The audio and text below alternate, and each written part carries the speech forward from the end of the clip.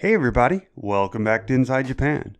Sweet potatoes are a staple of the Japanese diet, especially in the fall.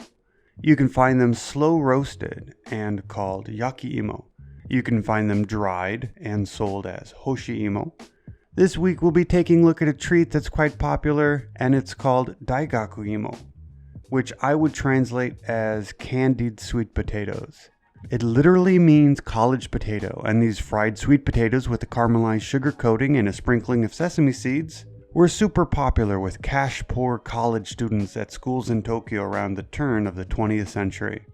Daigaku is a simple dish, but it can be tricky to make, as the sugar can very easily sail past golden brown and turn black.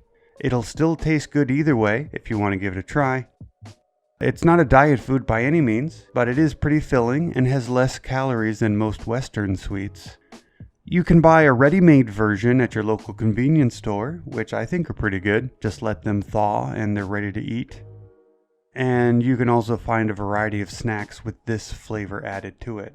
If you're a big fan of Starbucks and you have a sweet tooth, they're currently offering a couple different sweet potato drinks.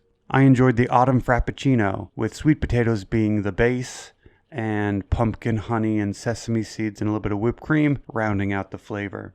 As for snacks, the pumpkin scone, American apple pie, and pumpkin pie are on the menu.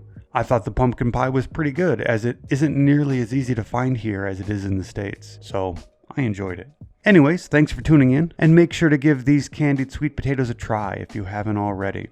As always, make sure to drop any questions or suggestions in the comments below. We have a bunch more videos introducing both the foods and culture of Japan, so give those a watch as well if you're interested. Clicking that subscribe button below is the best way to make sure you don't miss out on any future content. Thanks for watching. This has been Inside Japan.